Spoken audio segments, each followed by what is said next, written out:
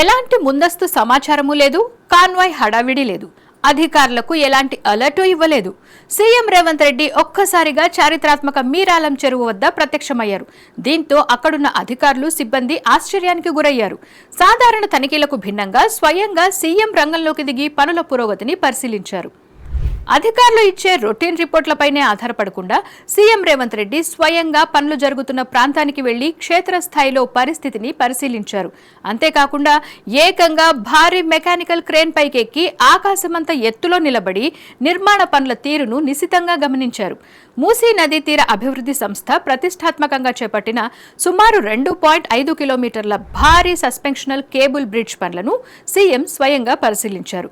ఈ వంతెన నిర్మాణం పూర్తయితే పాత బస్తీలో ట్రాఫిక్ రద్దీకి భారీగా ఉపశమనం లభించనుంది. ఇక మీరాలం చెరువు పునరుజ్జీవనానికి రూపొందించిన మాస్టర్ ప్లాన్ కూడా ప్రత్యేక ఆకర్షణగా నిలవనుంది.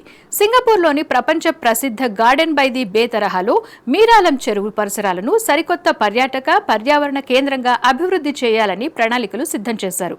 ఇందులో 3 ప్రత్యేకమైన ఎకో ఐలాండ్స్ తో పాటు జలపాతాలు, ఓపెన్ యాంఫీ థియేటర్, భారీ బర్డ్ ప్యారడైజ్ ను ఏర్పాటు చేయనున్నారు. ప్రకృతి అందాలు, పర్యావరణ పరిరక్షణ, ఆధునిక నిర్మాణాలను కలగలిపి మీరాలం చెరువుకు సరికొత్త రూపాన్ని తీసుకురావాలని అధికారులు డిజైన్ రూపొందించారు. క్రేన్ పైకెక్కి పనుల పురోగతిని స్వయంగా పరిశీలించిన సీఎం రేవంత్ రెడ్డి కేవలం తనిఖీలతో సరిపెట్టలేదు. పనుల విషయంలో ఇంజనీరింగ్ బృందాలు, మూసీ డెవలప్మెంట్ అధికారులకు స్పష్టమైన ఆదేశాలు జారీ చేశారు. నిర్మాణ నాణ్యతలో ఎలాంటి రాజీ ఉండకూడదని సీఎం తేల్చి చెప్పారు. నిర్ణయించిన ప్రమాణాలను తప్పకుండా పాటించాలని, పనులు నిర్దేశించిన గడువులోనే పూర్తి చేయాలని ఆదేశించారు.